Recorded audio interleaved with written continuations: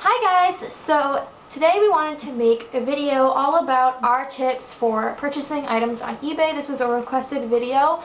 And I have touched upon this and I guess general tips for buying things in my video where I buy dolls and what I look for, which I made a while ago.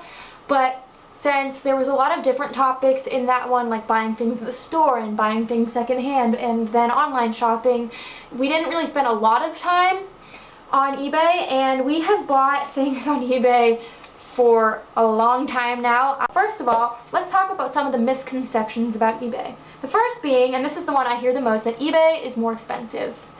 I find it simply not true. I mean, no matter where you're going, if you're buying dolls that aren't strictly retail, like right off the store, there are people who you're going to get a fantastic deal from, and there are people who are going to bluntly to screw you over. So eBay is like anything else. You can't just write it off that, oh, it's always expensive. No, because I'm thinking of specific occasions where we have literally gotten dolls in lots for flea market prices. Then another one is that eBay sellers are dishonest. Well, anytime you're shopping, anytime you're dealing with people, some are going to be there's dishonest. going to be people who are dishonest, there's going to be people who are really accommodating. We've had great sellers, and we've actually only ever had one experience in all like the hundreds of things we've bought off eBay in the years where someone actually screwed us over. And because of the way eBay is set up through PayPal, after we communicated with the seller a few times and didn't get a response, we contacted PayPal, and within 24 hours, we had our $14 back in our bank account. And I've had sellers maybe not be honest about the condition of things, but I'm not really picky. I think that is something, like, to you, someone might be dishonest, but if you're very picky, there's like almost no pleasing really picky people, because we have family members who sell things on eBay and they don't even like to sell things on eBay anymore because people are really ridiculous. So if you're really picky, then it's probably better that you see things in person and buy them, because it's not the seller's fault if they didn't even think something would be a problem. That's kind of on you as a buyer. That the asking price for an item on eBay is the true value of the item. Oh, no. I have seen people say that this and that is rare, that this and that doll is worth so much money because on eBay it says so. Just looking at like average Joes on the street, like a friend of mine from work, she said to me one day that TY Beanie Babies must be worth a fortune because she saw one sell for I don't even know how many $1,000 on eBay. And I'm like, well, first of all, did it actually sell, or are you just looking at the asking price?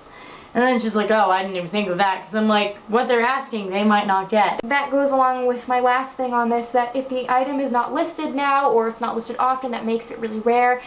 Things come in fluxes and flows. I mean, if you think about it, like if you do go to the thrift store today, some days they'll have a ton of dolls, and some days they'll have none, and some days they'll have a handful. It's like anything else, because eBay is very dependent on individual sellers listing things. How much is available and the price of things based on that availability fluctuates all the time. The time of year often dictates that. So I find around Christmas things are usually cheaper. Yeah. Here are some of our tips that we've learned about navigating through eBay, like using the website to the best potential. So I think the most important thing is to know background information about the item that you want to buy. If you don't know anything about the item you're trying to buy, it's going to be a lot easier for someone to, whether intentionally or unintentionally, rip you off. It's important to know, like, if you're going to buy an American Girl, it's important to know that you know what a real American Girl is, that you know if their clothes are authentic. There are tons of websites out there, tons of collectors you can ask if you need help. You need to know what you're talking about and not just take the seller at their word. I mean, obviously there might be things about that item that, like, that specific thing that you're looking at, like a secondhand American Girl. We asked if Jess, for example, had her underwear because the seller didn't say in the listing. And you can always ask sellers more information. Read the listing thoroughly. Oh yeah, my dad one time thought he was buying a lot of trucks and only bought one, and then was very angry. It's good to compare prices, and not just on the items that are currently listed, but eBay has this amazing feature called completed listings or sold listings. So if you look through the completed listings, it'll show you everything like that was listed with that description from a 3-month time frame, so like 90 days. So that would be like repeated listings. So like my 80s Samantha doll, part of why I got her so cheap was because she was relisted time after time after time after time after time again. It's just good to kind of like see what things did sell for or if they were relisted, and you can also weed it out to just the things that actually sold. So you can see it'll like be in green. What you will things see, are going for right about now. right, and you can look at the dates and see how much things cost and what they're like, and then compare that to what's actually listed, because that's a good way to gauge like roughly how much those things usually go for on eBay. But again, the time of year really affects that, and sometimes you can get lucky. Also, there's a lot of search options on eBay that you can take advantage of. There's like, you can search by condition, new, used, handmade. You can search by brand type. I don't usually do brand because sometimes sellers don't put the brand, but I will often do like condition. Or you can search for like free shipping options. You can buy it now only. Buy it now only, bid only. You can do country if you don't want to look at like the listings from China or something. There's so many things, and then there's this new feature they have on there that's called like group similar listings. So it kind of makes it more like an Amazon ad, where like if you're looking up 1997 holiday Barbie, they'll put like groups of them together and you can compare the prices right there. It also helps to like just stock items for a while, like add things to your watch list. It kind of like keeps track so you can see how the bid's going, or if anyone's bought that buy it now option. That's really good. And another important thing would be to check the feedback of the seller. We didn't used to do this, but there are shady sellers on eBay, and if you look at their feedback, it's good to see, first of all, what is that percentage of feedback for? Are they buying things and that's like feedback left as a buyer, or is that feedback left as a seller? Because the seller is the one that's going to apply to you. And then if they have negative feedback, how many items do they sell? If they sell thousands upon thousands upon thousands of items a month because they're like a big company, then you got to cut them a break for having 2 negative feedback scores. And also, what was the negative feedback left for? Was it like all on electronics? Because if you're buying dolls, and that's not really a big deal. Or was it that they lied about condition a lot? Or was it that they increased the shipping cost or something? You can see specifically what people were complaining about. And then you can kind of weigh in, is it worth it? So you can really look at each seller individually. And so then the last section we want to talk about is finding bargains. So I think that patience is the absolute key. I mean, patience is going to factor into everything else. Just like every other tip we have to say is going to involve patience, because the key is, if you don't mind waiting like even an extra month or an extra couple weeks to get something, you can save a fortune or get it in better condition. I mean, like, there have been so many times, especially back in the beginning when she was collecting Disney, where she would buy something in a hurry thinking if she doesn't get it now, she can't get it later. And we'd get it for a price or a condition that wasn't what we really want. Plus, sometimes if you secondhand shop too, I had a lot of my Disney dolls pop up at the flea market for cheaper, or like about the same price, so around that time frame. So if I had been more patient and kind of like saw all my options, that could have saved me like time and money. So it's always good to like consider the condition of the item, because depending on the condition, that can like affect the price. So not all box dolls are more expensive either. It really depends. Like, you can get box dolls for really good deals on eBay. Sometimes it's worth like paying the same price just to have it boxed so you can open it. Or and well, something I found, like when we got our Princess in Pink Jasmine, it wasn't really a bad deal. We paid a little over $20 for her. We didn't know it at the time, but when she arrived, her neck had a crack and her leg was bowed, and that's not a problem you would have been as likely to encounter with and I a don't box think doll. the seller knew about the crack because of where it was on her head. And then we saw another one pop up for $12 boxed. Not long later. Yeah, and the person actually won the bid. There was like 2 bids, I think, and the person got it for like $12 boxed. And like, you have to think along with that what is important to you and how does that affect the price. Like, how complete do you want this item? I think that you have to think for yourself as a collector. Like, I don't use plastic doll stands. I don't keep the plastic brushes that come with dolls because I don't use them and I end up with too many. So for me, that stuff doesn't even matter. A doll being in a box doesn't matter. If the seller has like the empty box with the doll, I am just going to recycle that. I don't care who it is. I don't keep boxes. But for some of you guys out there, maybe that is important. Maybe you like to reuse the boxes for something, or maybe you like to stick the dolls back in the box. Or maybe you use those stands. Or maybe you keep the doll box.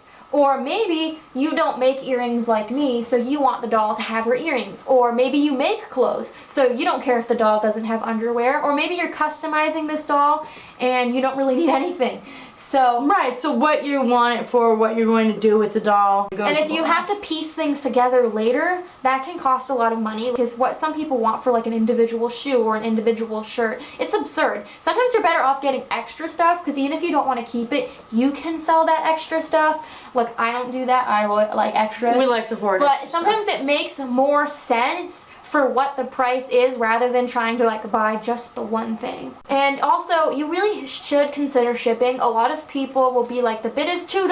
I got it for $2. No, you're paying the shipping. So you have to think of that too into the total price. Shipping is a real thing, and if you're going to be buying a lot on eBay, the shipping prices are going to kill you, because some sellers want a lot of money for shipping. But there are ways that you can get like deals on shipping. There's combined shipping. Some sellers say in their listing, I'll combine shipping.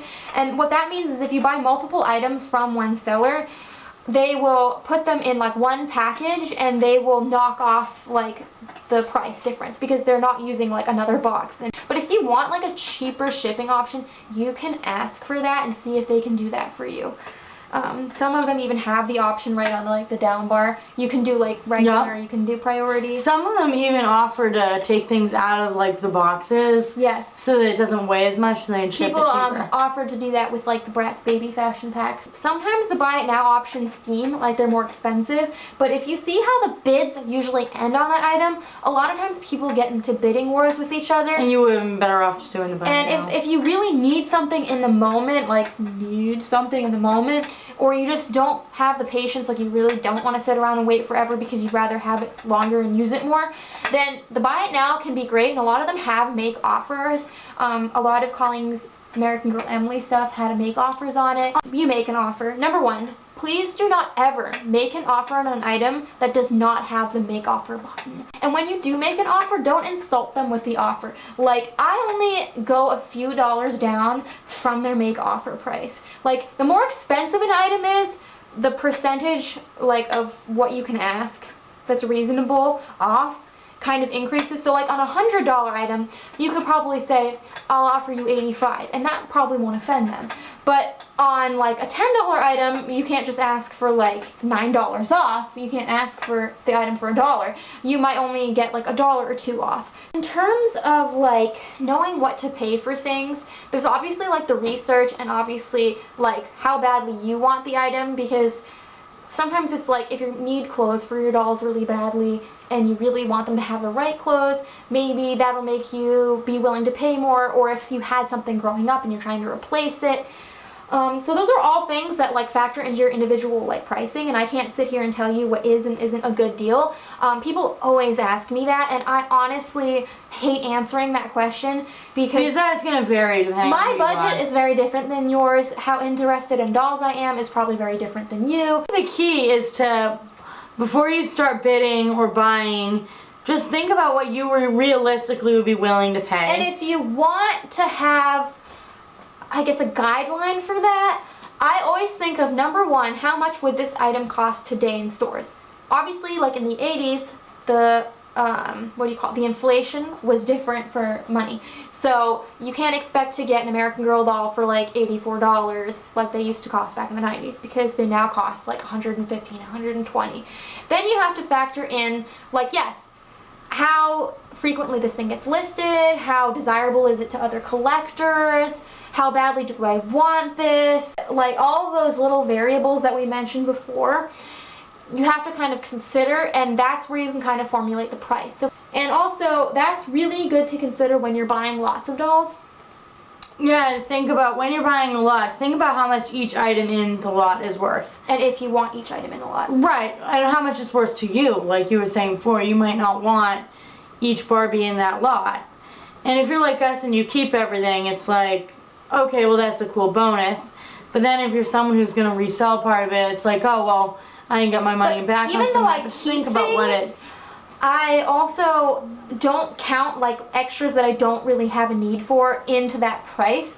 So for instance, a long time ago, I wanted to bid on these Sarah and Diona Bratz dolls that were in a lot. There was like 10 of them. And there was like Sierra Diona, Genie Magic Jade, a Holiday Katya, and then the rest of them were all dolls that I already had. And like one was like, I think Genie Magic Chloe, and I already have like 2 or 3 of her at the time. So I didn't count those dolls.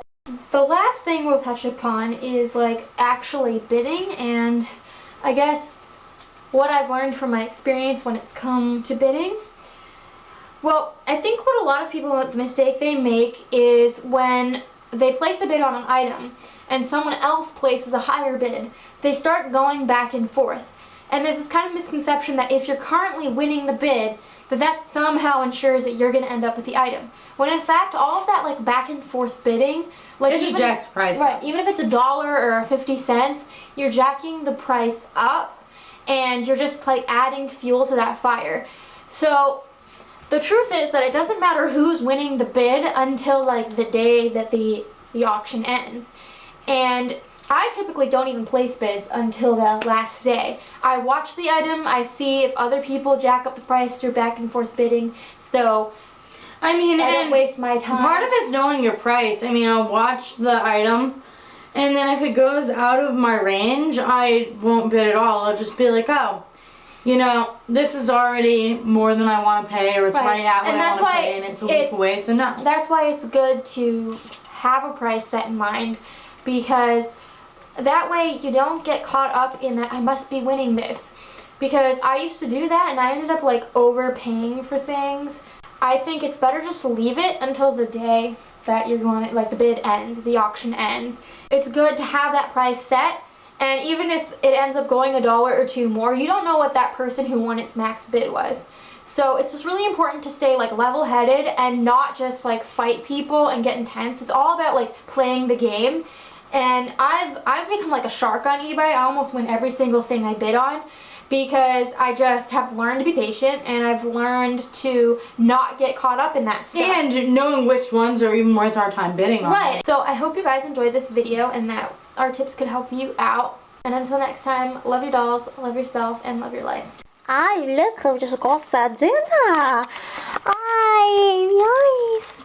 It's Sadina. Ay, look at Mabuya. And Isla. Ay, and Rona. And the poo-poos they made everywhere, even though Mum cleaned it outside. Yeah, the boys. Charlie. Hi, yeah. Yeah, are you tired, honey? Where's Andy? I don't know. Hi.